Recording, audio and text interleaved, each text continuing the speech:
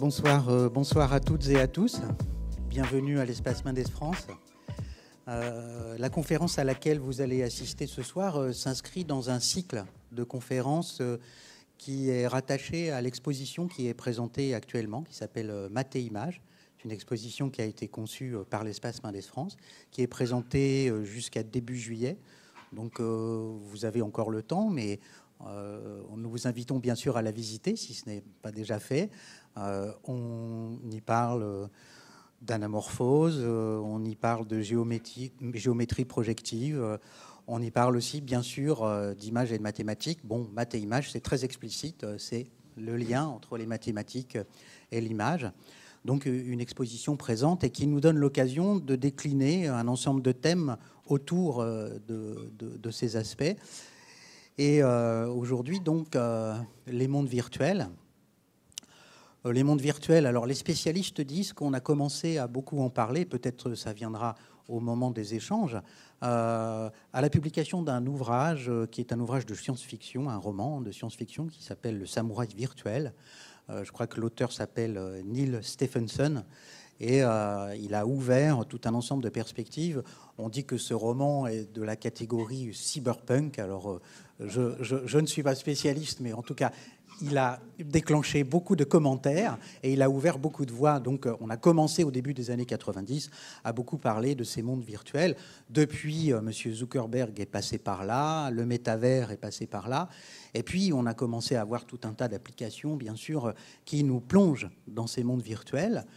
Les jeux vidéo, bien sûr, et puis donc, le divertissement en général, et puis des applications qui sont jugées de manière beaucoup plus positive et en tout cas beaucoup plus opérationnelle sur des questions d'apprentissage dans le monde de l'éducation. Et puis bien sûr, on aura peut-être l'occasion d'en parler sur les questions de santé, puisque les mondes virtuels sont aussi évidemment utilisés notamment dans certaines thérapies par rapport à des traumatismes psychologiques importants, par exemple. Alors, bon, on a entendu beaucoup de commentaires. Faut-il s'affoler? Est-ce un monde anxiogène? On sait que les GAFAM ont beaucoup investi dans la réalité virtuelle. Donc, on sait très bien que quand dans des intérêts privés qui sont exclusivement privés s'emparent de technologies aussi puissantes que celle-ci, ça peut poser de graves problèmes. Donc, on a beaucoup parlé de ces questions-là. Il y a des pays qui sont très avancés. On parle de la Corée. La ville de Séoul a beaucoup mis en place des applications autour de la réalité virtuelle. Et donc, entre des outils techniques très utiles pour notre vie quotidienne et pour notre avenir, et puis des divertissements qui peuvent être parfois très addictifs, eh bien, les questions restent ouvertes. En tout cas, ici, à l'Espace Mendes France, on essaye d'aborder les sujets de différentes manières. Et très souvent, autour de ces questions de société, ce qu'on essaye de faire, c'est de rentrer dans la technique. Parce que pour bien réfléchir à un problème de société, c'est très important de savoir comment est construite la technique, qu'est-ce qu'il y a sous le capot, qu'est-ce qu'il y a derrière le rideau, comment les gens qui fabriquent ces technologies travaillent pour nous les proposer. Et donc, c'est le grand défi que nous avons lancé ce soir à Michaël Ribardière, c'est de venir nous expliquer comment on fabrique de la réalité virtuelle. Donc, merci beaucoup, Michaël, d'avoir accepté notre invitation. Michaël Ribardière est chercheur en informatique graphique. Il appartient à un grand laboratoire de recherche de l'Université de Poitiers, qui est labellisé CNRS. Ce laboratoire s'appelle XLIM. C'est un laboratoire qui a différentes spécialités dans le domaine de l'informatique et notamment de l'informatique graphique, mais aussi en électronique et aussi en photonique. C'est un laboratoire qui regroupe 450 chercheurs, c'est l'un des plus gros laboratoires de Poitiers, voilà, qui est réparti sur plusieurs sites. Alors, à Limoges, c'est là que la maison mère, je dirais, se situe avec un grand nombre de chercheurs, mais Poitiers, et puis un peu Angoulême et un peu Brive. C'est assez exceptionnel, mais c'est vraiment très intéressant au sein d'une même région d'avoir comme ça un réseau de chercheurs qui sont spécialisés dans le même domaine. Voilà, c'est important de rappeler ça parce que la recherche à Poitiers, c'est très important. On a souvent des intervenants qui sont aussi enseignants, Mais le côté recherche est très peu mis en évidence, l'aspect structure de recherche et parcours professionnel au sein de la recherche. Et c'est peut-être aussi parce que je vois des jeunes publics, même des très très jeunes publics, c'est aussi intéressant de savoir comment des chercheurs qui prennent la parole à un moment donné sur un domaine scientifique très précis ont construit leur parcours et comment ils en sont arrivés à s'intéresser à ce sujet. Voilà, alors merci encore Michael pour cette présentation qui va durer environ 1 heure et comme toujours, on laisse la place aux échanges. Hein. C'est évidemment l'occasion de rencontrer, non pas dans un monde virtuel, mais en chair et en os, des gens qui connaissent bien leur sujet. Voilà, très bonne soirée. Je reviens tout à l'heure pour passer le micro. Et puis, à toi, Michael. Merci pour l'introduction. Donc, je ne vais pas parler de métavers, en fait. Je ne vais pas réellement parler de réalité virtuelle. Moi, je vais parler d'images numériques qu'on synthétise avec les ordinateurs. Donc, quand on parle de synthétiser des images, c'est comment on calcule les images avec l'ordinateur. Et pour ça, on a besoin de décrire un monde qui est virtuel parce qu'il est simplement décrit en mémoire de l'ordinateur. Et puis que lorsqu'on va essayer de visualiser ce monde, on va essayer de créer des images qui sont le plus proches de ce qu'on pourrait faire avec une photographie. En fait, l'objectif de tout ça, c'est de faire des images qui nous paraissent plausibles, qui nous paraissent réelles. Donc, pour commencer mon exposé, je vais vous montrer une image que j'ai prise sur le site internet d'un célèbre fabricant de meubles suédois. Et donc, le but de cette image pour le fabricant de meubles, c'est de nous faire acheter la belle cuisine ou les ustensiles. Tout est bien rangé, tout est parfait, il fait beau, la fenêtre est ouverte. On est en Suède, il y a comme petit feu de cheminée quand même, il fait un peu frais. Mais en fait, cette image, c'est un fake, hein, si on prend le mot à la mode, c'est un faux, c'est complètement généré par ordinateur. Alors, il y a plein de détails qui pourraient nous faire dire ça quand on est un œil expert, mais c'est quand même une image qui est quand même relativement convaincante. Et puis, on sait que depuis 2014, chez Ikea, 75% des images de son catalogue sont complètement générées par ordinateur. Ça, c'était en 2014. Je pense que maintenant, en 2024, c'est peut-être un peu plus. Alors, quand on voit que le tabouret isolé, c'est une photo, je pense, mais quand on voit des mises en situation comme ça, il y a de fortes chances que ce soit une image générée par ordinateur. Alors, Ikea fait ça, hein, mais il y a plein d'autres domaines où, pour nous donner envie d'acheter, on fait des images générées par ordinateur. L'intérêt ici, c'est d'éviter de construire la cuisine, et puis si je dois changer le meuble, de pouvoir la déconstruire, la reconstruire, un ensemble de manipulations. Et puis, il y a un artiste qui passe pour tout bien enrober la chose et nous donner envie d'acheter cette belle cuisine. Alors, le but de mon exposé ce soir, c'est de vous faire comprendre quels sont les algorithmes qui permettent de calculer sur un ordinateur des images comme ça. Et donc, pour ça, on va avoir besoin de s'intéresser à une discipline de l'informatique qui s'appelle l'informatique graphique. Donc moi, je suis chercheur en informatique et plus précisément en informatique graphique. Alors l'informatique graphique, c'est la science de l'informatique qui vise la création, la manipulation, la visualisation d'images numériques. C'est une discipline assez jeune, hein. Elle s'applique aux images et elle inclut plusieurs axes d'études qui comprennent notamment la création de ces mondes virtuels et ensuite les algorithmes qui permettent d'en calculer une image.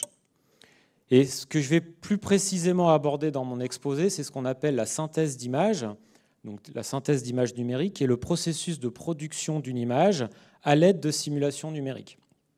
Et on va aller plus loin, on va essayer de faire en sorte que ces images nous paraissent réalistes, c'est-à-dire que le processus de simulation a pour but de générer une image qui soit le plus fidèle possible à la réalité.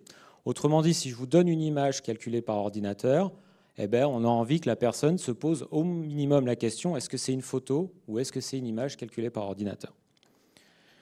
Alors ça, c'est des procédés qui sont de nos jours extrêmement utilisés. En fait, on envoie au quotidien des images générées par ordinateur et les 4 diapositives suivantes vont être 4 disciplines quand même assez ludiques. Et puis je finirai mon exposé en essayant d'ouvrir un petit peu à d'autres applications de l'informatique graphique. Donc c'est utilisé en publicité.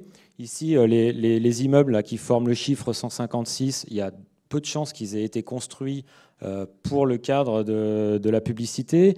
Et souvent même dans l'automobile, les voitures que l'on voit dans les pubs ne sont pas des vraies voitures, c'est des voitures générées par ordinateur. Parce que de toute façon, les voitures maintenant sont designées sur ordinateur, on a les modèles 3D, et donc on n'a plus besoin de... Voilà. C'est beaucoup utilisé en architecture, notamment dans les avant-projets. Ici, j'ai mis des images d'avant-projets de la Philharmonie de Paris ou de la Nouvelle Gare de Rennes, ou encore ici de l'aménagement intérieur pour une cuisine, encore une fois. Alors, il y a le côté, on essaye de coller à la réalité, puis après, il y a le côté artistique, où l'artiste qui fait ces images va essayer d'y mettre sa patte. Alors souvent, là, je fais le distinguo entre informatique graphique et infographie. L'infographie, c'est vraiment le domaine lié à l'art, où l'artiste va utiliser l'outil numérique pour créer différents types de visuels. L'informatique graphique va arriver en amont. Nous, on va plutôt s'intéresser à développer ces outils, les algorithmes, qui permettent ensuite à l'artiste de laisser libre cours à son imagination. Et ensuite, quand on pense synthèse d'images réalistes, on pense aussi souvent à effets spéciaux et films d'animation. Alors, il y a les blockbusters, là, j'ai mis Gravity ou Interstellar, les blockbusters américains là, qui utilisent à foison les effets spéciaux, donc qui combinent des vraies captations par des vraies caméras avec des images numériques calculées par ordinateur. Mais si on regarde au milieu ici, c'est une image que j'ai prise sur le site d'une société qui s'appelle les Tontons Truqueurs, qui est une société d'effets spéciaux française. Et c'est une image d'une série télé qui passe sur France Télévisions. Je ne sais plus comment ça s'appelle, Un si beau soleil ou quelque chose comme ça. Et en fait, il y a aussi des effets spéciaux dans une série aussi anodine que quelque chose comme ça, quoi. Ici, l'acteur, il regarde au travers d'une fenêtre. Il ne voit absolument pas la ville. Je crois que ça se passe à Montpellier. Il ne voit absolument pas la ville au travers de la fenêtre. Il est en studio, il voit un fond vert. Et par procédé informatique en direct, le réalisateur, lui, il ne voit pas le fond vert sur son image, il voit la ville ou autre chose qui est appliquée sur ce fond vert. Et puis, il y a tous les films d'animation qu'on a tous les ans plusieurs qui sortent au cinéma. Il y a tous les films de Pixar, de Disney, ou ici des films d'Illumination MacGuff qui ont un studio à Paris. Ou alors les courts-métrages, on peut aussi faire des films d'animation. Si vous êtes doué, vous pouvez télécharger un logiciel qui s'appelle Blender. Et puis le Blender Studio, ils font des films d'animation, des courts-métrages pour démontrer les capacités de leur logiciel. Et puis le dernier point auquel tous les jeunes pensent en tout cas, ce sont les jeux vidéo. Alors dans le jeu vidéo, on essaye de faire des mondes virtuels qui ne sont pas réalistes, mais dans certains, on essaye au contraire de coller à la réalité, notamment ici le jeu Flight Simulator, ou encore à droite, là, c'est un moteur de jeu qui est utilisé dans plusieurs jeux vidéo qui s'appelle l'Unreal Engine. La dernière démo où l'objectif, c'était de simuler une ville qui ressemble à la ville de New York. Et là, alors, en fonction des applications, on a des contraintes de calcul temps réel. C'est-à-dire que là, il faut que ça se calcule vite. Pour le film d'animation, on fait calculer l'ordinateur, puis à la fin, on compile les images pour faire une animation. Donc, toutes ces disciplines-là, toutes ces applications, au final, on est obligé de générer une image ou une succession d'images. Et donc, on va revenir à la base et on va voir ce qu'est une image numérique. Alors, une image numérique, c'est simplement un tableau qu'on va appeler une matrice de pixels. Et un pixel, c'est 3 nombres qui encodent, chacun des nombres encode le canal rouge, le canal vert et le canal bleu. Et la valeur de chacun de ces nombres va nous donner l'intensité de rouge, de vert ou de bleu. Et en les combinant, ça va nous donner une couleur. Donc notre matrice, elle a une largeur et une hauteur. C'est ce qu'on appelle communément la résolution d'une image. Et puis elle a une profondeur. Ici, si je travaille en rouge, vert, bleu, on verra que c'est un petit peu plus compliqué que ça. Mais à la fin, ce qui s'affiche sur l'écran, il y a 3 nombres par pixel. Et donc, si je prends une résolution qui commence maintenant à dater, le Full HD, on est passé au 4K, donc 4 fois plus résolu que ça. Une image Full HD, c'est 1920 pixels de large, 1080 pixels de haut, et dans chacun des pixels, 3 nombres. Ça fait 6,2 millions de nombres à la louche. Et donc, la question, c'est comment on remplit les pixels, autrement dit, comment on calcule ces nombres pour générer notre image. Et c'est là où le processus de synthèse d'image intervient. Et comment on fait? Est-ce que c'est magique? Non, ce n'est pas tout à fait magique, c'est presque magique. Et pour faire ça, on va utiliser les mathématiques. Alors c'est un raccourci, on va plutôt utiliser la physique, mais comme la physique s'appuie sur les outils mathématiques, on va utiliser les mathématiques. Alors j'ai pris le parti de ne pas mettre trop de maths je vais même en mettre très peu. Il n'y aura qu'une équation qu'on va essayer de construire ensemble. Mais ce que j'ai plutôt envie de faire, c'est de vous décrire comment fonctionnent les algorithmes qui génèrent ces images. Et je vais distiller des mots-clés un peu par-ci, par-là. Comme ça, si des gens veulent aller plus loin sur la partie maths, ils pourront prendre ces mots-clés puis chercher sur Internet pour voir en quoi ça correspond. Donc généralement, quand je dis à mes étudiants « il n'y aura pas de maths », ils sont assez contents. Ce n'est pas une phrase que j'ai l'habitude de leur dire souvent. Donc la discipline informatique graphique, tu as parlé d'un roman des années 80, c'est encore plus vieux que ça. Hein. Ça date de fin des années 50, début des années 60, hein, l'informatique graphique, très tôt. C'est une discipline qui est née très tôt avec la science appliquée de l'informatique. Hein, et on a très vite eu besoin de faire des images de ce que calculait l'ordinateur. Et une des premières applications, c'était le design, l'aide au design de voitures. Donc très vite, dans les années 60, IBM et General Motors avaient fait un ordinateur qui faisait la taille d'un frigo américain. Et puis, ça dessinait sur un écran des lignes qui ressemblaient plus ou moins à une voiture. Et donc ce processus a évolué au fil du temps. Puis maintenant, on converge vers un processus un petit peu unifié. Alors, comment on crée notre image? Tout d'abord, on va décrire le monde virtuel. Alors, décrire un monde virtuel, c'est décrire, modéliser les objets qui le composent, donc utiliser de la géométrie 3D pour décrire ces objets en 3 dimensions. Sur ces objets, on va leur appliquer des propriétés optiques. Pour faire simple, on va leur donner des couleurs. À chacun de mes éléments 3D, je vais mettre une couleur. Et puis, pour faire l'analogie avec ce qui se passe dans la réalité, on va modéliser, on va représenter une caméra virtuelle qui va faire l'image, qui va permettre de calculer l'image. Cette caméra va avoir une position, elle va être orientée dans l'espace, elle va avoir une focale, on peut aller plus loin, on peut simuler l'ouverture de diaphragme pour faire la profondeur de champ, le temps d'exposition pour faire des floutés, etc. Tout ça, c'est la description de mon monde virtuel. Je l'envoie à l'ordinateur, en mémoire de l'ordinateur, qui lui a des algorithmes qui vont mouliner toutes ces données et qui vont me générer une image. Et puis, si je veux faire une succession d'images parce que ce monde virtuel est animé, j'applique encore sur mon ordinateur des processus de simulation physique, par exemple de la mécanique des fluides, de la mécanique des solides, ou tout simplement je fais bouger ma caméra, etc. Je fais bouger mes objets. Cette simulation physique va modifier les paramètres de mon monde virtuel. Comme j'ai modifié les paramètres de mon monde virtuel à un nouvel instant T, je vais devoir recalculer une nouvelle image à ce nouvel instant. Généralement, pour une animation, on a besoin, en tout cas pour le film, à minima de 24 images par seconde. Alors, je ne vais pas vous parler d'animation ce soir, je vais plutôt m'intéresser à ce qui se passe dans cette boîte noire-là, et donc la simulation qui permet de générer une ou une succession d'images. Je vais quand même rapidement passer sur la géométrie 3D. Donc, pour pouvoir décrire des objets dans un espace en 3 dimensions, on a besoin d'un repère. Et si on a besoin d'un repère, on a besoin d'une origine. Donc, comme quand vous achetez un colis chez Ikea, justement, on vous dit sa largeur, sa profondeur, sa hauteur. Eh bien, moi, je vais appeler la largeur X, la profondeur Y et la hauteur Z. Et puis, je vais faire en sorte que chacun des axes soit perpendiculaire aux deux autres. Par exemple, la dimension X, le vecteur qui me donne le sens de la dimension X est perpendiculaire au plan formé par les axes X, Z, et puis Y par les perpendiculaires au plan XZ, pardon, X c'était YZ, etc. Donc mon repère, il est ortho. Et l'origine du repère, c'est l'origine de mon monde virtuel. Et puis je vais le normer, c'est-à-dire que si je me déplace d'une unité sur mon axe X, donc ça peut être des centimètres, ça peut être des mètres, ça peut être des kilomètres, ça peut être une unité quelconque, ou d'une unité suivant Y, ou d'une unité suivant Z. Pour faciliter les calculs, on va dire que j'ai avancé d'une distance de 1, d'une unité.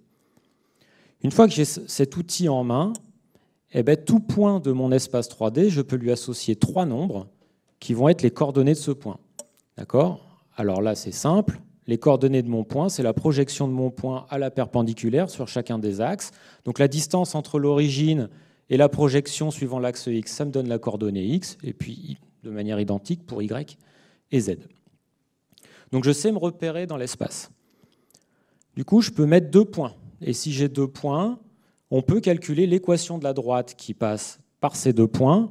Et tout point sur cette équation de la droite, on sait facilement déterminer s'il est entre mes 2 points ou à l'extérieur de mes 2 points.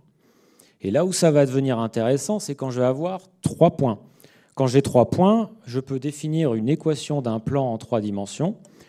Et tout point qui est sur ce plan, je peux savoir s'il est à l'intérieur de mon triangle ou à l'extérieur de mon triangle. Et donc après, je peux m'amuser à ajouter des points, à relier ces points les uns aux autres, et puis je peux définir, en faisant ça dans l'espace 3D, un objet en 3 dimensions. Ici, un joli lapin. Et mon lapin, je peux le colorier. Comme je sais dire si je suis à l'intérieur ou pas d'un triangle, ben je peux dire qu'un point à l'intérieur d'un triangle est bleu, à l'extérieur, il n'a pas de couleur. Et donc, je fais un joli lapin bleu. Et puis, ce lapin bleu, c'est comme pour mon image, c'est juste une succession de nombres. Ici, j'ai mis un format. Alors, ce n'est pas tant le format de fichier qui est intéressant, mais c'est pour vous décrire qu'un modèle 3D, c'est un gros paquet de nombres où chaque sommet de mon maillage, ici on parle de maillage triangulaire, donc chaque sommet de mon maillage, chaque point est décrit par un triplet de nombres. Donc je vais lister tous mes sommets, et puis après je vais décrire à l'aide d'autres nombres les indices de mes sommets qui me permettent de créer chacun de mes triangles, et puis je peux même mettre d'autres informations, des couleurs qui sont aussi des triplets de nombres, et puis référencer tout ce qu'il faut. Donc en mémoire d'un ordinateur, un monde virtuel, c'est encore un gros paquet de nombres. D'accord ? Donc à partir de ces nombres-là qui décrivent le monde virtuel, comment je vais remplir les nombres dont j'ai besoin pour créer mon image. Bien entendu, là, mon lapin, il est un petit peu taillé à la serpe. J'ai mis que 148 points et 288 triangles. Si je veux avoir quelque chose d'un peu plus sympa, je vais avoir 72 000 points, donc x3, pour avoir le nombre de nombres qu'il me faut pour décrire ce lapin. Et ça me permet de décrire 144 000 triangles. Alors là, le monde virtuel, il est simple, j'ai un lapin. Mais on peut mettre plein de lapins, on peut les poser sur des tables, c'est là où on va commencer à s'amuser et à faire une image avec des fleurs, un feu de cheminée, etc. Et on fait pareil pour le plan sur lequel on va dessiner notre lapin. D'accord ? Donc une image, c'est un quad, un carré, enfin un rectangle, qui est découpé. Mais si ce quad, je connais le plan sur lequel il est inscrit, donc si je le projette dans le même repère que mon lapin, eh ben, je peux facilement décrire par un calcul matriciel la projection de chacun des triangles sur ce plan et donc remplir par une couleur bleue tous les pixels de mon image qui sont recouverts par un triangle que je vois au travers. Alors pour ça, on va définir une caméra. Pour la compléter, on va lui mettre un point focal et puis on va faire de la géométrie projective pour tout projeter dans ce truc-là et puis avoir une jolie image. Mais ce n'est pas ce processus-là que je vais vous décrire ce soir, parce que si on fait ça, c'est ce que font les jeux vidéo. Ils prennent les triangles, la carte graphique, elle envoie tous les triangles sur le plan image, elle peut en manipuler maintenant des millions, voire des milliards, et puis elle remplit après les pixels qui sont recouverts par les triangles les plus proches. Mais ça a des inconvénients de faire comme ça, donc on va voir ce qui se fait dans notamment l'industrie du cinéma et ce sur quoi moi je travaille. Donc là, je reprends le processus de création de mon image. J'ai ma géométrie, j'ai des couleurs associées à chacun des triangles de ma géométrie.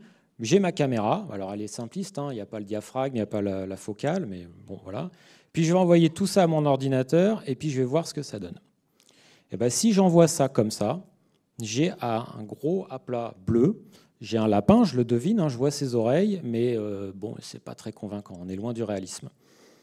Alors, il manque des choses pour que ce lapin soit plus joli. On peut se dire, il manque du contexte. Donc, je vais reprendre ma scène et puis je vais ajouter un plan pour dire que mon lapin, il est posé sur quelque chose. Et je refais le même procédé. J'ai toujours mon aplat bleu, ce qui est mon lapin, mais le plan, il apparaît comme un aplat gris. C'est toujours pas convaincant. Alors, qu'est-ce qui manque pour que ce soit un petit peu plus joli ? Donc, on va reprendre notre processus et on va s'intéresser à cette partie-là, qui est un petit peu plus intéressante, c'est-à-dire que là, on va ajouter de la physique qui décrit les propriétés optiques de nos objets dans notre environnement 3D, et on va ajouter surtout de la lumière. On va ajouter des sources de lumière. Donc je vais positionner des points qui vont se comporter comme des sources de lumière, je peux les repérer dans mon repère monde, et puis on va essayer d'éclairer notre lapin avec ces sources de lumière. Alors il y a quelque chose quand même d'intéressant à comprendre avec les sources de lumière, c'est que la manière dont mon triangle est orienté par rapport au sens de propagation de la lumière va avoir un impact quand même assez intéressant. Si je fais l'hypothèse d'une source de lumière qui émet l'ensemble de son énergie dans un faisceau, là, comme ça, là, tout droit, d'accord, qui a une certaine épaisseur, et que je coupe ce faisceau avec un segment ici, mais on peut imaginer ce faisceau comme un tube, et puis ce que je coupe, c'est avec un disque, donc qui occulte complètement le faisceau de lumière. La longueur de ce segment, il est exactement égal à la hauteur du faisceau de lumière. Donc ce segment, la petite flèche là, c'est pour dire qu'il est complètement orienté, on va dire, face au sens de propagation de la lumière. Donc ce segment reçoit 100% de l'énergie lumineuse émise par ma source de lumière. Si je commence à incliner ce petit segment, d'accord, ma source de lumière émet exactement la même quantité, le segment il a exactement la même longueur, mais ce que l'on voit, c'est que là, il y a une partie de l'énergie lumineuse là, de ma lumière qui continue son chemin. Donc l'orientation de la face fait qu'elle va recevoir un tout petit peu moins d'énergie. Et si je l'incline encore plus, là, je reçois encore moins d'énergie. Et si elle est complètement perpendiculaire au sens de propagation de la lumière, elle reçoit zéro énergie de ma source de lumière. Alors ça, c'est un truc en mathématiques qu'on connaît assez bien, et ça a été démontré par les physiciens, mais alors là, il y a quelques siècles. Si je prends l'orientation de ma face, je peux la connaître. Hein. Ce vecteur, il est assez connu parce que ma face, elle est exprimée dans un plan 3D, donc je peux connaître, on appelle ça la normale à ma face. C'est ce qui donne l'orientation de mon plan. Et le petit vecteur là, c'est vers où se trouve ma lumière. Ces deux vecteurs-là forment un angle, et en fait, la quantité d'énergie reçue par une facette, là, comme ça, on appelle ça une facette en informatique graphique, est directement peut-être pondérée par le cosinus entre l'angle entre la normale à mon triangle et la direction vers la source. Autrement dit, ce cosinus, il vaut exactement 1 ici. Ça veut dire que si j'éclaire vraiment la perpendiculaire à ma surface, je reçois 100% de l'énergie, et puis il tend vers 0 lorsque ma surface est complètement inclinée à plat. Donc je prends la quantité d'énergie, je la multiplie par mon cosinus, et ce que ça me permet d'obtenir, ça, c'est du relief, en fait. D'accord ? Et là, on commence à observer l'inclinaison de chacun de mes triangles qui constituent mon maillage 3D, mon modèle, qui est mon lapin. Alors, j'ai triché, là, le plan, je l'ai mis en damier, mais ça reste un plan continu. Et on voit que le même effet joue, parce que quand je suis loin, c'est plus sombre que quand je suis au niveau de mon lapin, parce que la source, elle est un petit peu devant mon lapin. Et plus je m'éloigne, plus cette source va éclairer mon plan à angle rasant, donc plus le cosinus va être faible, et donc moins mon plan va recevoir d'énergie. Mais il manque quand même un petit peu d'éléments ici pour mon lapin. Il va manquer les ombres quand même. C'est assez important pour savoir si mon lapin il flotte au-dessus du plan ou s'il est en contact avec le plan. Et puis je peux rajouter encore des triangles pour que ce soit plus joli. Et donc maintenant, on va passer au calcul des ombres. Alors pour ça, on va revenir aux années 80. Hein, c'est des choses quand même qui commencent à dater.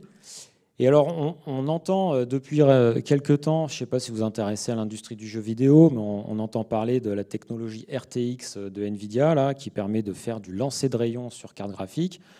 Ils ont juste réussi à mettre sur une carte électronique ce qu'on savait faire depuis les années 80. Et donc, ça permet d'accélérer les temps de calcul. Mais bon. Donc, grâce à cette technique de tracé de rayons, on va pouvoir faire les ombres assez facilement. Et puis on va les tendre à du tracé de chemin de lumière pour pouvoir tendre vers du réalisme. Et c'est ce dont je vais vous parler maintenant.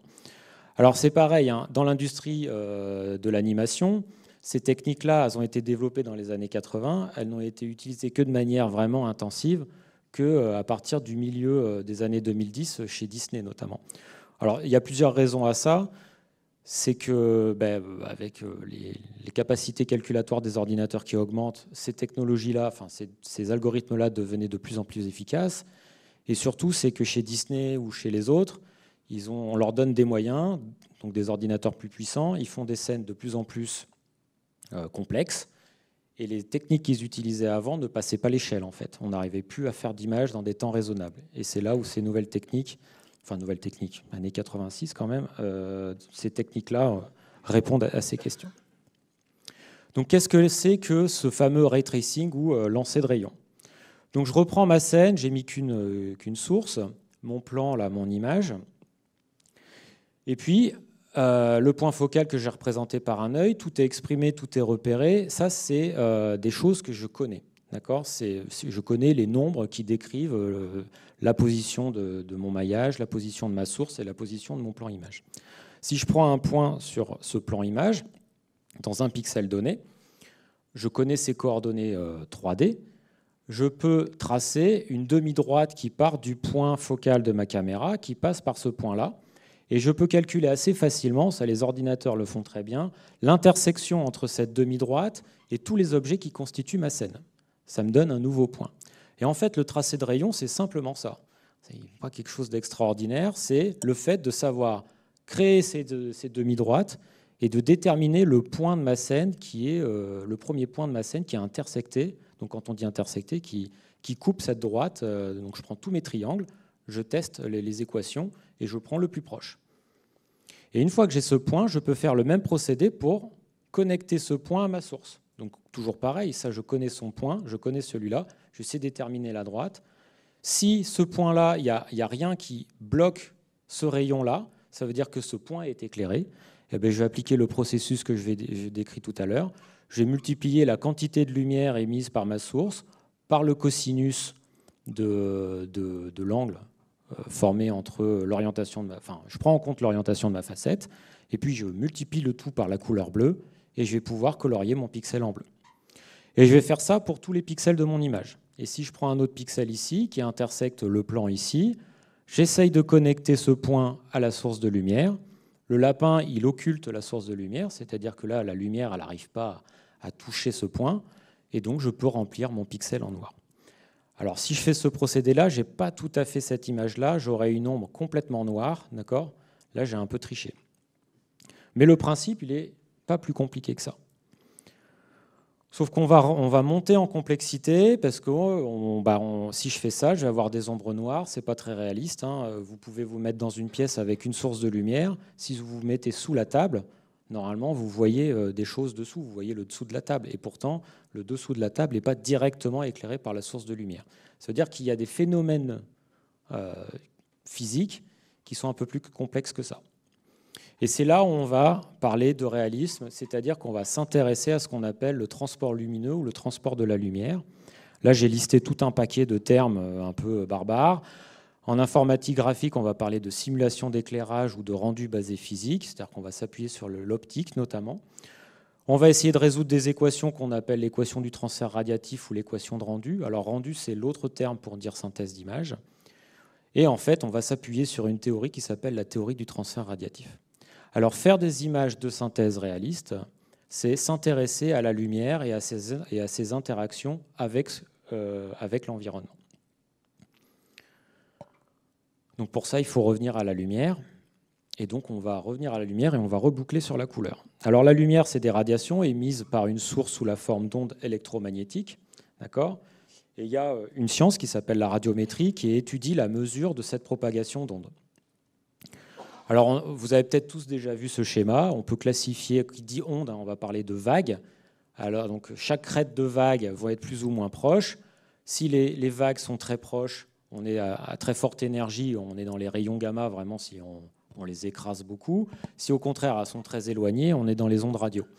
Et l'œil humain, il est sensible qu'à certains types d'ondes électromagnétiques, celles qui se retrouvent entre des longueurs d'onde de 380 nanomètres ou jusqu'à 780 nanomètres, ou 400-800, ça dépend ce que vous pouvez trouver dans la littérature.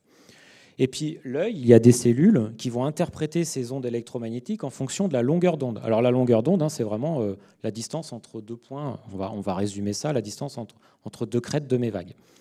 Et si ces vagues sont rapprochées, plus proches du 380-400, on va plutôt être dans les bleus. Et puis si on est plutôt dans les grandes longueurs d'onde, à 780, l'œil va plutôt interpréter ça comme du rouge. Et en fait, quand il reçoit de l'énergie, il ne reçoit pas un bout de vert, un bout de rouge et un bout de bleu, il reçoit ce qu'on appelle un spectre complet, où on peut dessiner des raies qui représentent la quantité d'énergie par longueur d'onde. Et puis s'il y a plus d'énergie dans le rouge, on va plutôt nous interpréter ça comme du rouge, plutôt dans le vert comme du vert, etc. Donc en fait, la couleur, c'est une interprétation de cette lumière par le système visuel humain. Alors le système visuel humain, ce n'est pas que l'œil, c'est l'œil, le nerf optique et puis le cerveau qui mouline, l'ordinateur interne là, qui interprète ça comme une couleur. Et en physique, on a défini une grandeur qui est essentielle et qu'on va en tout cas pour la synthèse d'images réalistes, c'est la luminance. Alors la description barbare, c'est la densité de flux énergétique reçu, émis ou réfléchi par unité d'angle solide et par unité d'air. Grosso modo, pour aller vite, c'est la quantité de lumière émise, reçue ou réfléchie par une toute petite surface dans une direction donnée. Et c'est pour ça que c'est intéressant. Si je prends le point qui est sur mon lapin, que je vois au travers de ce pixel-là, dans cette direction-là, ce qui va m'intéresser, c'est la quantité de lumière que réfléchit ce point dans la direction pour pouvoir colorier mon pixel. Donc quand on veut faire de la synthèse d'images réalistes, on va devoir manipuler des spectres de lumière et on ne va plus travailler en rouge, vert, bleu. Alors au final, on va convertir ça en rouge, vert, bleu pour pouvoir l'afficher sur un écran, mais tous les calculs que l'on va faire en amont, on va les faire ce qu'on appelle en spectral. Parce que si on le fait directement en rouge, vert, bleu, eh bien on propage des erreurs de calcul et la simulation n'est plus physique. Alors en spectral, au lieu de découper ce spectre-là en 3 bandes, rouge, vert, bleu, on va le découper en 10, en 20, en 40, en 60 bandes, en 80 bandes, ça va dépendre de l'application que l'on vise. Et donc forcément, plus on découpe en bandes, dans mon image, je vais plus stocker 3 nombres, je vais en stocker 10, 20, 80. L'image est de plus en plus grosse, les temps de calcul sont plus longs. Donc c'est un compromis entre précision physique et puis rapidité des temps de calcul. Donc maintenant, comment ça fonctionne ça ? J'ai un point X que j'observe dans une direction O. Donc là, je vais vers le pixel de mon image. Je l'éclaire depuis une source qui est à la direction I. Et puis, il y a le fameux vecteur N qui me donne mon orientation de mon plan. Et j'ai cet angle. Eh bien, la luminance, donc la lumière, ce qui va m'intéresser vraiment, on va dire la couleur, qui arrive sur mon pixel, c'est la quantité de lumière reçue par la source, fois le bleu, fois le fameux angle qui code l'orientation. Alors en termes de spectre, on va le représenter. Admettons que cette lumière, c'est une lumière blanche, c'est-à-dire qu'elle n'est pas sélective. Toutes les longueurs d'onde sont émises avec la même quantité d'énergie. Donc mon point bleu, là, mon point sur mon lapin, il reçoit quelque chose de complètement blanc. Je vais le multiplier par le bleu. Alors qu'est-ce qui se passe au niveau du matériau ? C'est que le matériau va absorber certaines longueurs d'onde et il va en réfléchir d'autres. Il va plutôt ici absorber ce qui est en rouge et en vert et en jaune, et il va plutôt conserver la valeur des longueurs d'onde dans le bleu. Alors il absorbe, mais il transforme ça en autre chose, en de la chaleur. Et puis, je vais prendre en compte l'orientation. Et ça me donne un nouveau spectre qui est le produit de tout ça. C'est simplement la multiplication. Je prends les rouges, je les multiplie, etc.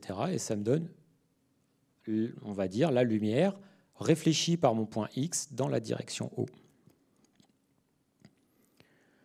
Et puis si j'ai plein de sources de lumière, il va falloir le sommer, toutes les contributions de toutes les sources de lumière qui éclairent mon point X et qui sont réfléchies dans la direction O.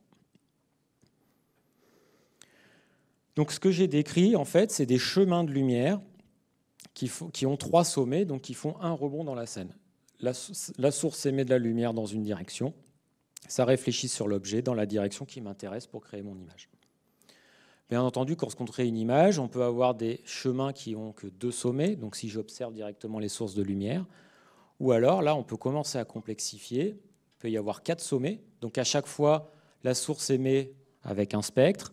C'est multiplié, enfin, c'est absorbé par le matériau qui est plutôt vert ici, absorbé par le matériau qui est plutôt bleu. À chaque fois, on prend en compte l'orientation. Et plus le chemin est long, plus la quantité d'énergie reçue sur le plan image est faible. Et puis après, on peut rajouter des sommets à mes contributions. Et puis, il y a même des chemins de lumière qui ne sont pas du tout captés par la caméra. Alors, qu'est-ce que ça donne en termes d'image? Si je prends des chemins à 2 sommets, j'observe que les sources de lumière. Si je prends des chemins à 3 sommets, eh ben, on a une image relativement sombre. Par exemple, sous la marche de l'escalier ici, il n'y a aucun point du dallage là, qui reçoit directement de la lumière depuis les sources, donc il apparaît complètement noir, ce qui n'est pas réaliste. Et donc, on va devoir créer numériquement sur l'ordinateur une simulation qui va créer... ici, je suis arrêté à 67 sommets. Donc, je crée des chemins de lumière et je les fais rebondir dans la scène.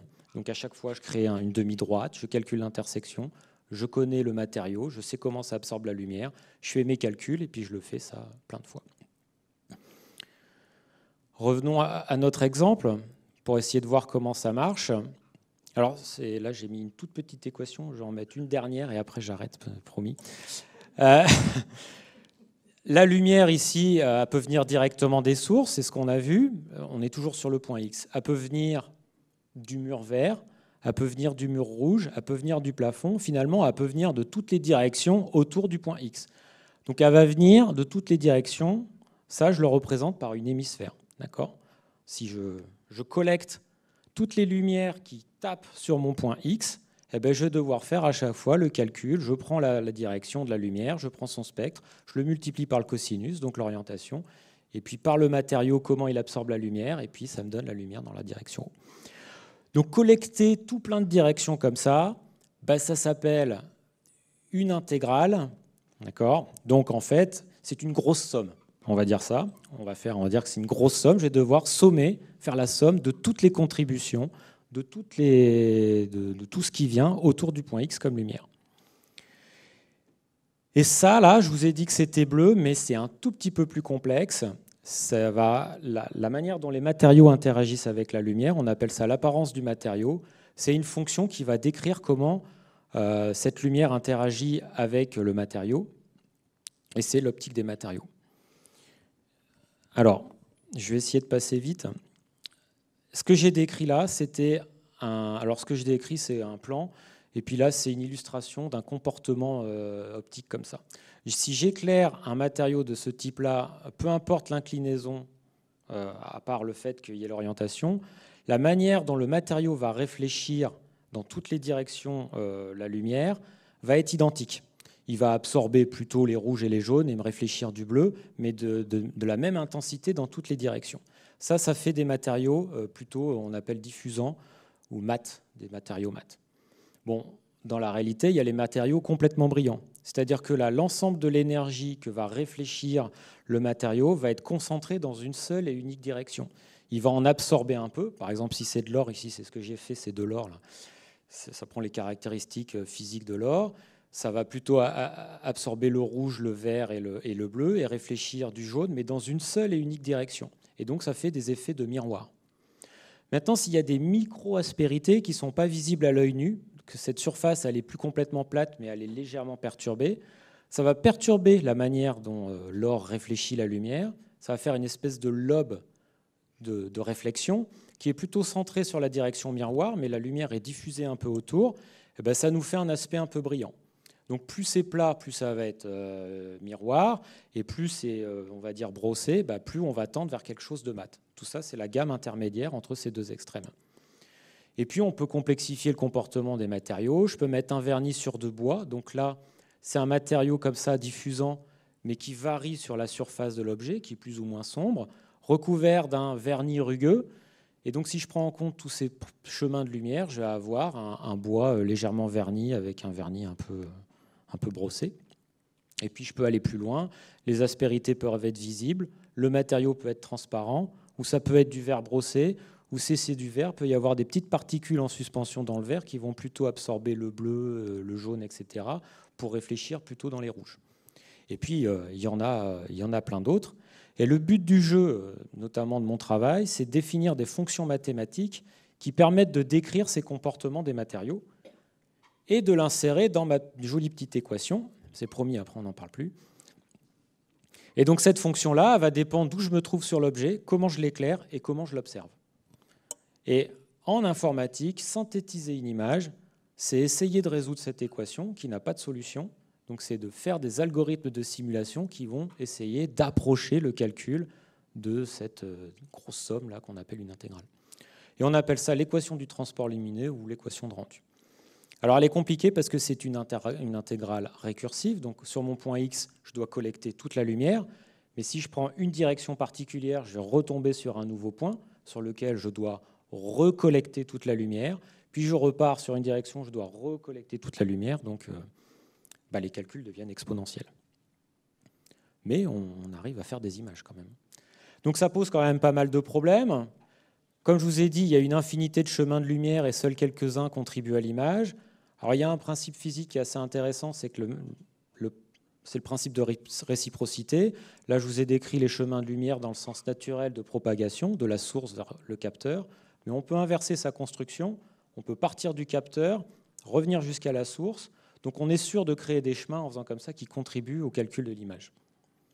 Et puis il y a beaucoup de rebonds de lumière. Chaque rebond, c'est quand même le calcul d'une intersection, donc d'un tracé de rayon.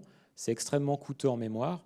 Et puis il faut construire ces rebonds de lumière de manière intéressante. Donc on va guider la façon dont on va créer ces chemins de lumière par des méthodes probabilistes. Comment ça marche maintenant? Un petit schéma, ça va être un peu plus simple peut-être. Toujours pareil, je choisis un point dans un pixel donné. Je calcule l'intersection entre ce rayon-là et puis mon point. Je le connecte à ma source. Là, j'ai les chemins de longueur 3 sommets, donc un seul rebond de lumière. Et puis à partir de ce point-là, je ne vais pas m'arrêter là. Je vais relancer un rayon que je vais choisir de manière intelligente. Comme je connais les propriétés optiques de mon matériau, je peux le créer en connaissance de cause. Je tombe sur le mur vert, et je vais le connecter à ma source. Et là, j'ai en plus de mon premier chemin, je crée un second chemin de lumière. Et je continue. Il y a des chemins, je n'aurai pas de chance, ils vont être dans l'ombre.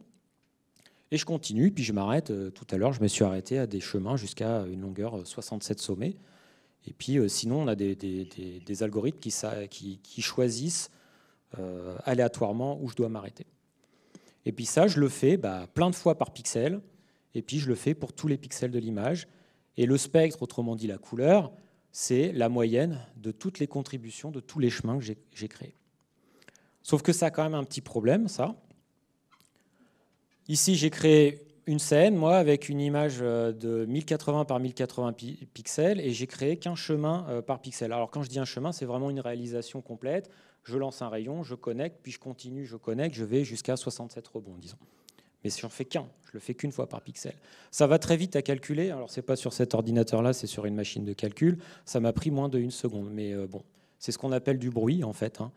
En maths, on appelle ça de la variance dans notre estimateur pour calculer notre intégrale. Mais si vous prenez une photo avec un mauvais appareil photo dans quelque chose de très sombre, ça va ressembler à peu près à ça. Donc du coup, je vais créer plus de chemins. Donc j'en ai mis 8, il y a toujours du bruit, mais je suis passé déjà, alors je pense que j'ai multiplié par 8 les temps de calcul. Et puis j'en mets 32, et puis plus j'avance, plus le bruit commence à diminuer. Et puis je suis allé jusqu'à 1024 chemins par pixel. J'ai mis 10 minutes de calcul, on le voit peut-être pas très bien sur le vidéoprojecteur, mais il reste du bruit résiduel. Donc il va falloir que je relance plus de rayons. Après, on a d'autres méthodes quand même qui permettent de s'arrêter à un moment donné. Mais on a, en fait, la convergence, elle est à l'infini. Donc, pour être sûr d'avoir un calcul exact, il faudrait lancer une infinité de chemins. Mais ça, on n'a absolument pas le temps de le faire. Et ce bruit-là, il est gênant, notamment lorsque je fais des animations. Là, alors pour que ce soit raisonnable, j'ai divisé par 2 la taille de l'image, enfin par 4 la taille de l'image, et j'ai mis que 512 chemins par pixel, et j'ai calculé 120 images pour faire mon animation. Et ce que l'on voit, c'est que le bruit, il bouge dans le temps. Il n'est pas constant. Et ça, l'œil, il est extrêmement sensible. Donc vous imaginez bien, et ça m'a pris 3 heures de calcul. Donc vous imaginez bien que dans un film d'animation, vous ne pouvez pas en plus protéger, si on projette ça en 4K sur un écran géant, le public il ne va pas rester d'1h30 à regarder un film. Donc il va falloir lancer plus de calculs. Si j'avais voulu faire ce calcul-là, En 1080 et 1024 chemins par pixel comme l'image précédente, il m'aurait fallu 24 heures sur mon ordinateur. Et on est loin de la qualité Pixar, Disney, etc. Donc là, le bruit, voilà, j'ai fait un zoom pour vous montrer comment ça se comportait.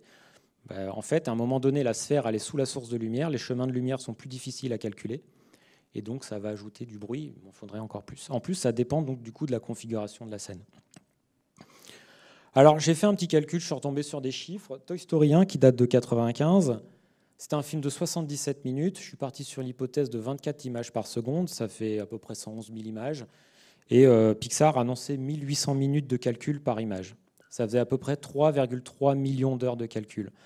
Alors, bien sûr, ils n'attendaient pas que la première image soit finie pour en calculer une autre, sinon j'ai fait la conversion en années après. Ils avaient des fermes de calcul, c'est-à-dire plein d'ordinateurs, mais mis bout à bout, ils auraient mis 3,3 millions d'heures. Pixar annonçait en 2021 qu'avec leur nouveau super ordinateur, donc 2021 c'est il y a 3 ans, en informatique c'est il y a déjà longtemps, il aurait fallu 165 heures pour le calculer, en tout le film. Il mettait 6 secondes par image. Et je crois qu'en 2023, mais comme je n'ai pas réussi à trouver le tweet, il le faisait en temps réel, il faisait 24 images secondes. Toy Story 1, avec les nouveaux ordinateurs. Donc on se dit, c'est super, maintenant, ça ne coûte rien de faire un film d'animation. Prenons les chiffres de Toy Story 4, où là on passe en 4K, le film fait 100 minutes, 144 000 images, si on part sur 24 images par seconde. Il faut 100 heures de calcul par image sur celle qui en mettait 6 pour le Toy Story 1, là, sur le nouvel ordinateur, soit à peu près 14,4 millions d'heures. Ça fait plus de 1600 années de calcul cumulés. Et j'avais vu une conférence où des gens s'étaient amusés à estimer la consommation énergétique d'un tel calcul. Et je ne sais plus, mais c'était la consommation d'une ville de Paris pendant quelques jours, je crois quand même. Parce que les fermes de calcul, c'est gourmand. Donc on a amélioré les algorithmes, mais comme on a donné ça à des artistes, les artistes ils se sont dit chouette, on va complexifier les scènes de calcul, on va mettre plein de sources, on va faire plein de trucs.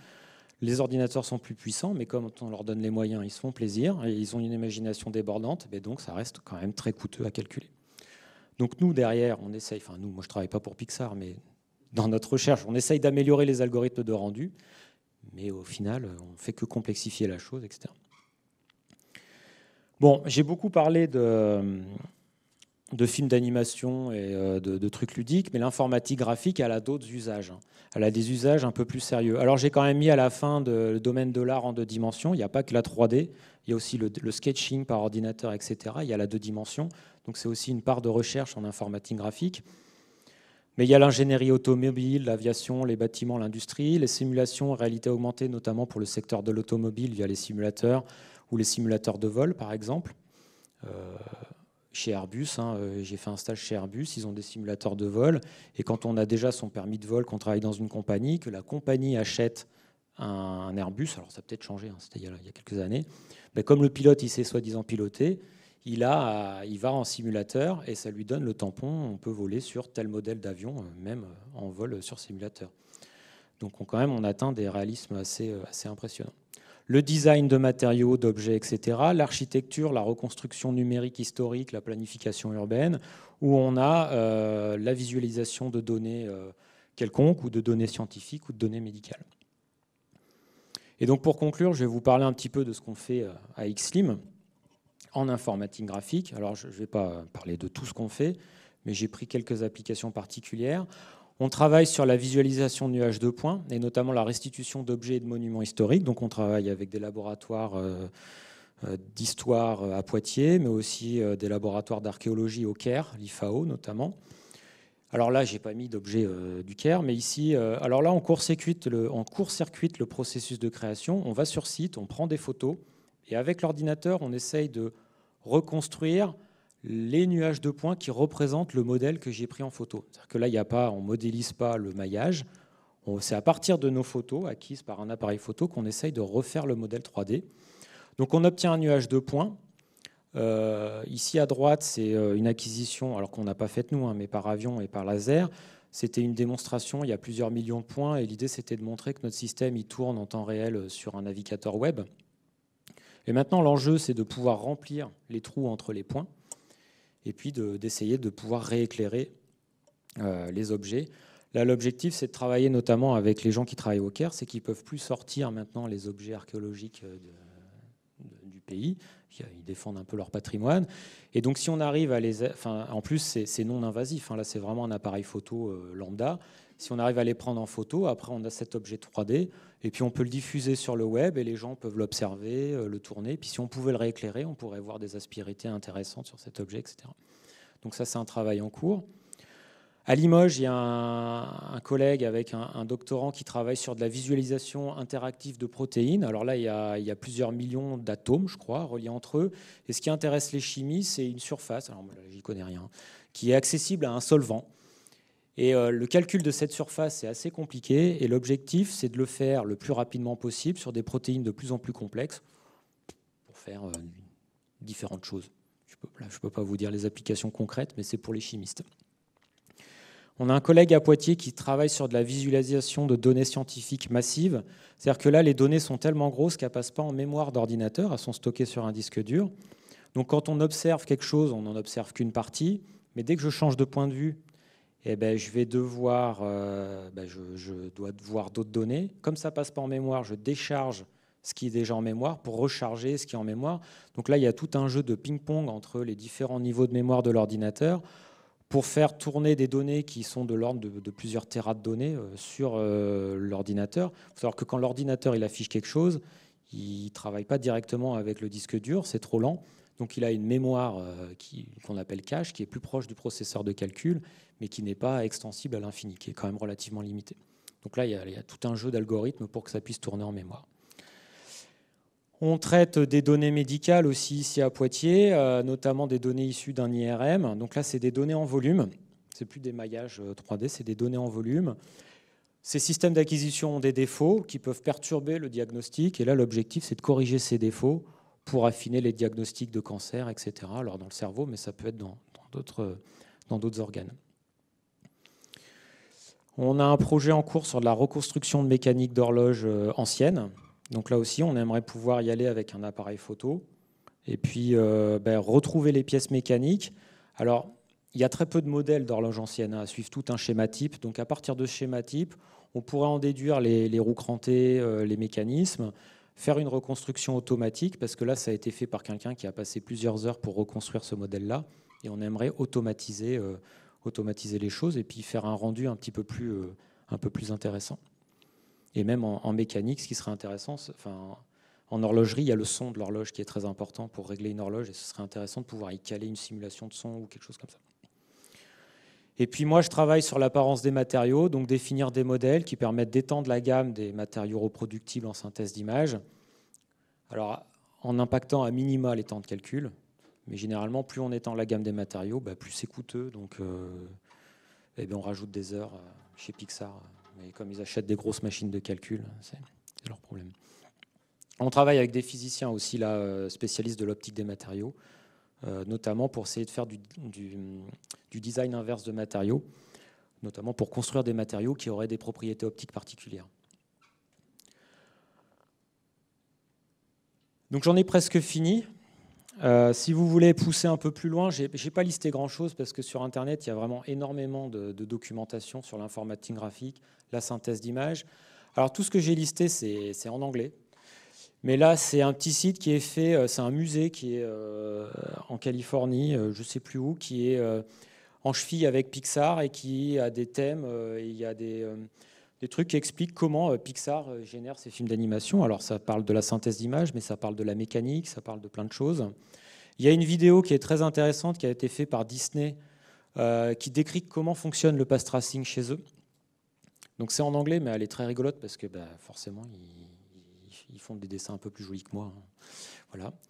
Et il y a un livre qui fait référence dans l'académie, mais au-delà, qui est ce livre-là, dont les auteurs ont reçu quand même un Oscar technique, je ne sais plus, il y a quelques années, parce que en fait, ce livre a révolutionné un petit peu la compréhension puis le développement des algorithmes de rendu. Et beaucoup de systèmes de rendu dans le cinéma utilisent ce qui a été écrit dans ce livre-là. Alors c'est un gros pavé, mais c'est vraiment, ça explique la théorie, ça va jusqu'au code. Donc pour ceux qui aiment programmer, vous pouvez y aller. Et puis il y a un logiciel plutôt pour les artistes qui est, à mon avis, qui est gratuit, parce que les logiciels de modélisation 3D et de rendu coûtent extrêmement cher. Celui-là, il est gratuit, il est très puissant, il fait énormément de choses. Vous pouvez aller voir aussi les films d'animation, les courts-métrages, les démos techniques que fait le Blender Studio pour démontrer... alors, j'ai pas d'action, hein, c'est gratuit, hein, mais nous, on l'utilise et il est vraiment très bien si vous voulez vous lancer dans l'informatique graphique, modéliser des choses et faire des images. Là, il est vraiment très intéressant. Et puis, plein d'autres ressources en ligne. Et puis, voilà. J'avais fait une petite frise pour vous expliquer l'histoire de l'informatique graphique. J'avais peur que ça passe pas. Donc c'est une science jeune, mais qui commence très tôt dans l'histoire de l'informatique. Là, c'est le fameux système de General Motors et d'IBM pour designer à l'aide de l'outil informatique des voitures. Ouais, ça explique peut-être pourquoi les voitures des années 60 étaient carrées. Alors là, on voit le terminal, mais à côté, il y a un gros truc. Je sais pas comment ça marchait. Et puis très tôt, pour démontrer les capacités des ordinateurs, les capacités de calcul, on a fait des jeux. Parce que ça implique des calculs répétitifs et à très haut rendement. Donc là, c'est un jeu Space War, qui est assez marrant. C'est un centre de gravité. Même moi, j'y ai joué, alors que j'étais pas né en 61. Mais c'est un centre de gravité. Il y a 2 vaisseaux qui doivent se tirer dessus, et le centre de gravité dévie les tirs. Et puis si on s'approche du centre, ça fait comme un trou de verre. On peut se déplacer ailleurs, mais avec le risque d'exploser. C'est un vieux jeu qui est très marrant. Et puis après, ça a développé... Alors, ce point-là, il est important parce que c'est la fondation de l'ACM SIGGRAPH. L'ACM, c'est l'association américaine qui donne le prix Turing, le prix Nobel des informaticiens, qui est regroupé en groupes d'intérêt. Et ils ont fondé le SIGGRAPH, qui est le groupe d'intérêt du graphique, qui regroupe des artistes, des académiciens, des sociétés de jeux vidéo, d'effets spéciaux. Et ils ont fondé dans les années 70 une conférence qui existe toujours, qui est la grand-messe de l'informatique graphique, où il y a une conférence scientifique, mais il y a aussi des démos techniques, un festival d'art, de courts-métrages, etc., qui draine 15 à 20 000 personnes tous les ans. Donc c'est vraiment le jalon annuel de l'informatique graphique. Et puis là, j'ai arrêté d'en mettre parce que sinon, c'est déjà assez dense. Mais là, à partir des années 90, on nous bombarde d'images numériques maintenant tous les jours et au quotidien. Voilà, je vous remercie.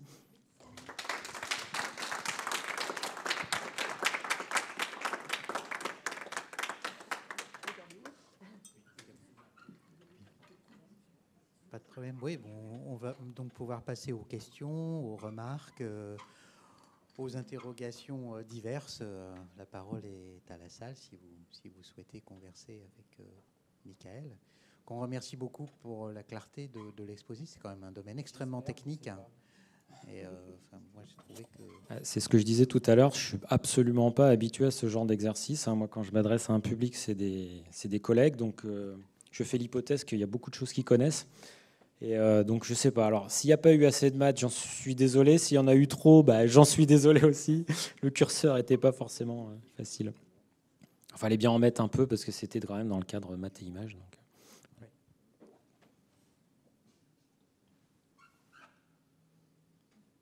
Peut-être en attendant les questions, je me lance pour briser le silence, qui est toujours agréable, mais pas forcément là.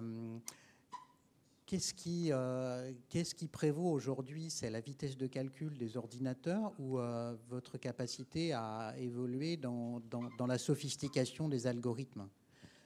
Où est-ce qu'il faut attendre les progrès les plus importants? Alors maintenant, si vous regardez un jeu vidéo, on a quand même des qualités de calcul, d'image qui sont assez bluffantes, notamment les nouvelles démos techniques. Voilà. Alors là, ce qui prévaut, c'est la vitesse de calcul. Pour un jeu vidéo, il faut quand même afficher, pour avoir une qualité d'expérience, je crois que c'est plus de 60 images secondes. Et donc là, on fait forcément du compromis sur la réalité physique. Et si Pixar met 100 heures, mais c'est pareil, parce que Pixar, c'est quand même des images un peu enjolivées, il y a des couleurs chatoyantes et tout, mais s'ils voulaient faire une image plus proche de la réalité, si ça met 100 heures, c'est pas pour rien, quoi.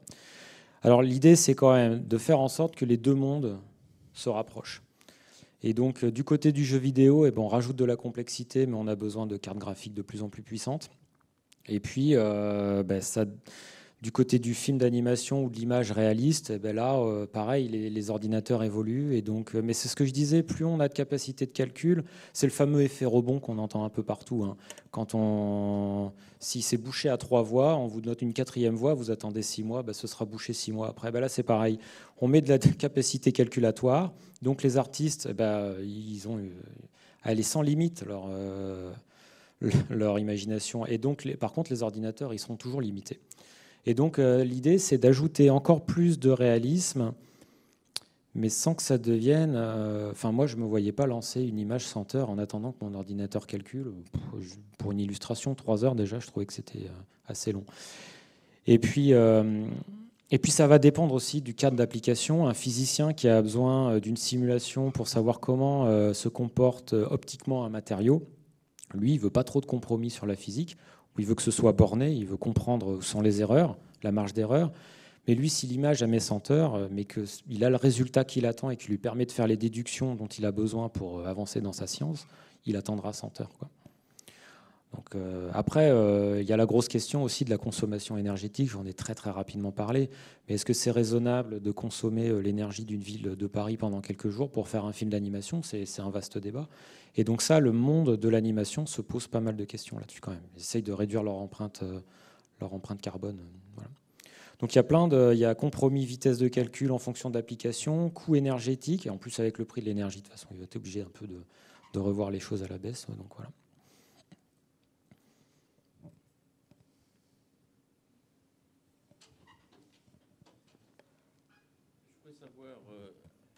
Je voudrais savoir à quoi tu reconnais ton œil exercé, que c'est une image de synthèse ou une image réelle. À la première image ? Ouais, enfin bon. Alors, j'avoue que je me suis basé sur le fait que 60. Alors, c'est aléatoire. J'avais 75% de chance de savoir que c'était une image de synthèse. Mais non, mais on le voit. Alors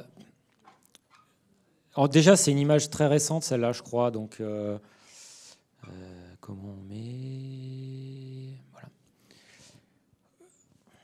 Ça affiche plus. Ça affiche.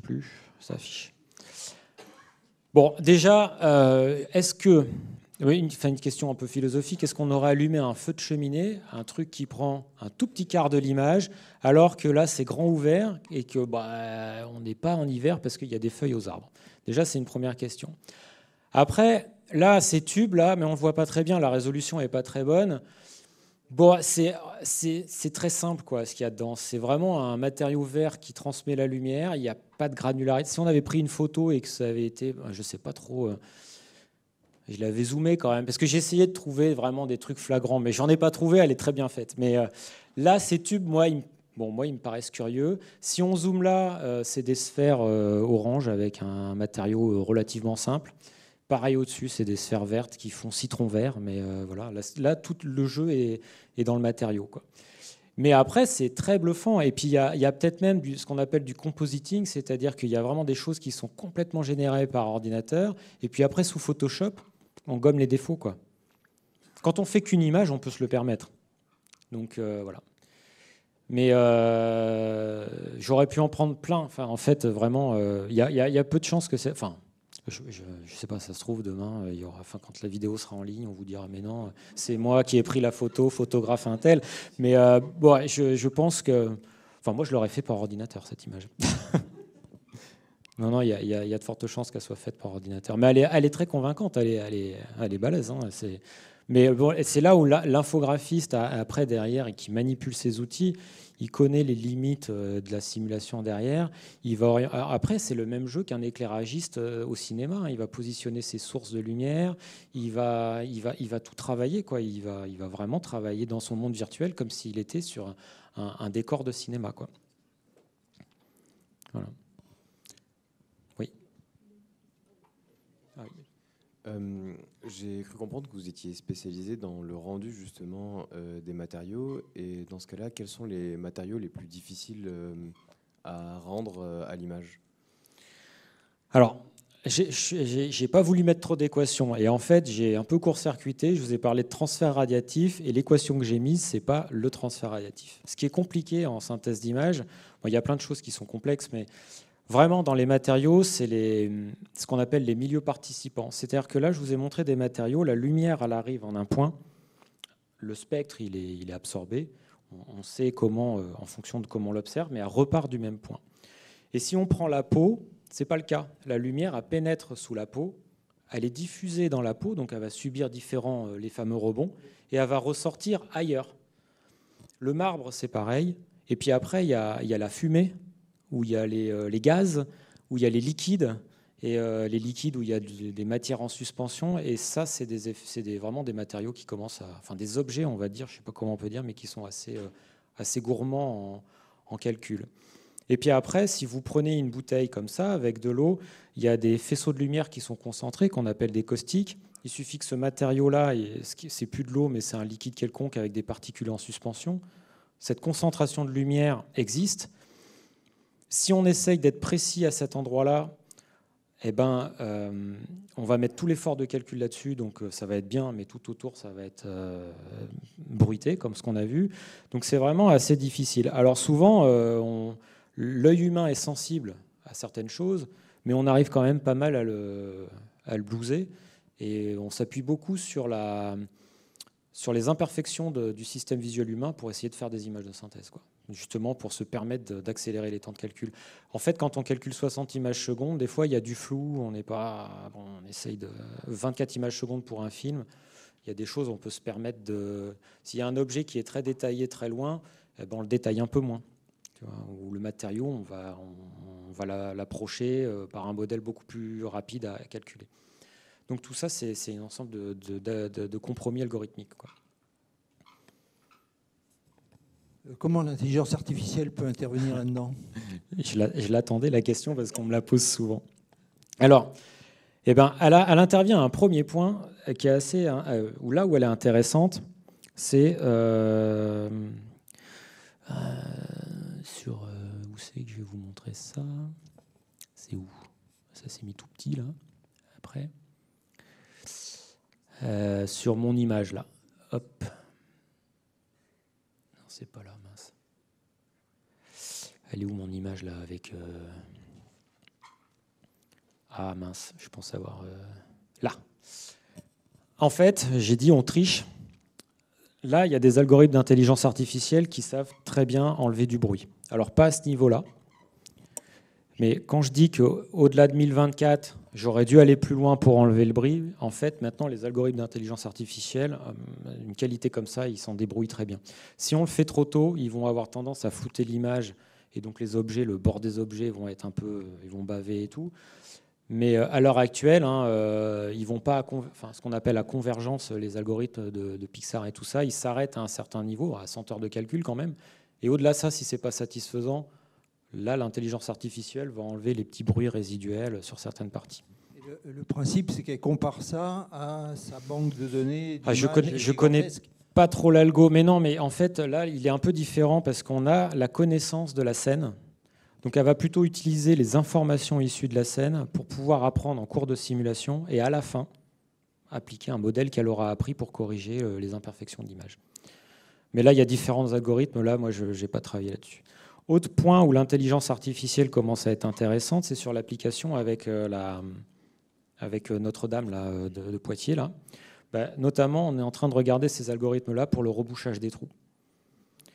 Il y a des méthodes là, qui sont sorties récemment qui savent très bien faire ça, qui partent d'un nuage de points et qui savent assez... Alors, elles ont leurs défauts, hein, mais elles commencent à avoir des résultats satisfaisants.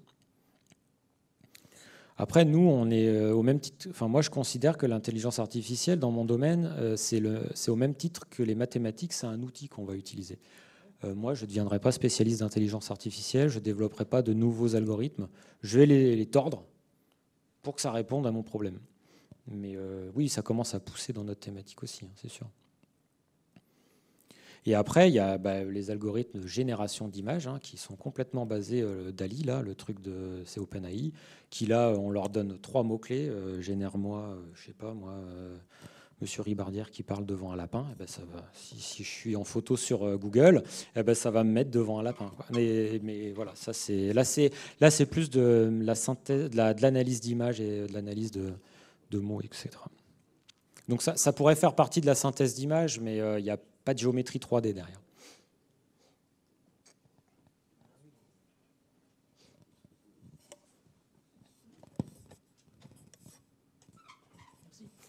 J'ai une question sur la description des matériaux dans votre intégrale quand vous décrivez votre matériau. Est-ce que c'est une description statistique ou ponctuelle? Quand j'applique la fonction f, Oui. je ne sais plus où c'est mis. Parce que par exemple, si on prend un matériau hétérogène, si vous voulez décrire point par point, il faut absolument une masse de données fantastique, tandis qu'autrement, vous pouvez prendre une distribution statistique et avoir un rendu potable, quoi. Oui, alors on utilise souvent des textures qui vont décrire sur un ensemble fini de la surface le comportement du matériau. En fait, c'est des modèles, enfin c'est des fonctions avec des paramètres. Cette texture va nous donner les paramètres, comment les paramètres évoluent sur la surface, et on va plaquer cette texture sur l'objet. Ça va se reproduire, et puis ça va nous dire comment les paramètres de mon modèle évoluent sur toute la surface. Après, les matériaux, il y a des outils qui existent pour mesurer ce comportement du matériau. Ça s'appelle un gonioréflectomètre. On a une source de lumière, on a un capteur spectral, on met un échantillon du matériau, on l'éclaire, on mesure la manière dont il réfléchit, puis on déplace la source de lumière, on remesure, puis on redéplace la source de lumière, on remesure, puis après on déplace le capteur et on refait pareil avec les sources de lumière. Ça nous donne une grosse base de données. Et là, on a le comportement réel du matériau. Enfin, c'est discret, hein, c'est en certains points, mais on a le comportement réel. Et nous, après, on compare nos modèles mathématiques à ces mesures-là. Et après, on les guide par paramètres, et on utilise pour ça des textures.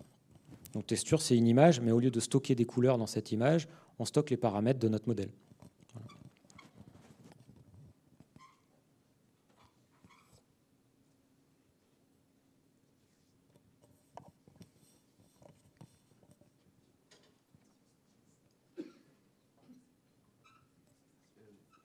Vous nous parliez tout à l'heure, dans le milieu du jeu vidéo, donc l'utilisation de la technologie donc RTX, Ray Tracing. Ouais. Est-ce que vous pouvez être amené à utiliser des méthodes comme de l'upscaling justement pour améliorer les temps de calcul, comme on pourrait le faire justement sur un ordinateur classique quand on joue aux jeux vidéo? Alors, pour la synthèse d'images, par exemple pour les films ou pour le jeu vidéo? Moi, je connais que l'upscaling pour les jeux vidéo, mais je ne sais pas si ça s'applique justement dans d'autres domaines. Alors, quand tu dis upscaling, c'est que tu fais les calculs à faible résolution et puis tu les tires. Alors ça se fait assez facilement dans l'industrie du cinéma, notamment sur les vieux films, enfin les films qui ont été filmés avec une résolution, capacité des caméras. Typiquement, les films Full HD, ils sont en train de les upscaler pour les passer en 4K.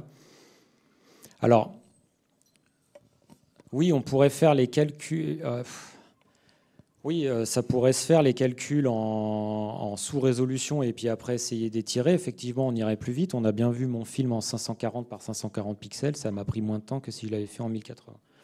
Sauf que, en fait, on fait que zoomer sur des pixels. Là, l'intelligence artificielle, maintenant aussi, elle est amenée à être utilisée pour faire un upscaling plus intelligent. Enfin, plus satisfaisant. Mais si on fait juste un étirage des pixels, en fait, on zoome sur quelque chose de pixelisé, quoi. Mais en fait, souvent, ce qu'on va plutôt faire, c'est que dans un environnement complexe, les objets qui sont proches de la caméra, que j'ai besoin de voir avec plein de détails, qui vont couvrir plein de pixels, là, je vais les calculer en full qualité, enfin en pleine qualité. Et les chaises au loin, là, qui sont à l'autre bout, qui vont couvrir que quelques pixels de mon image, je vais utiliser une version downscalé de leur maillage. C'est-à-dire que je vais prendre un maillage décimé, on va mettre moins de points.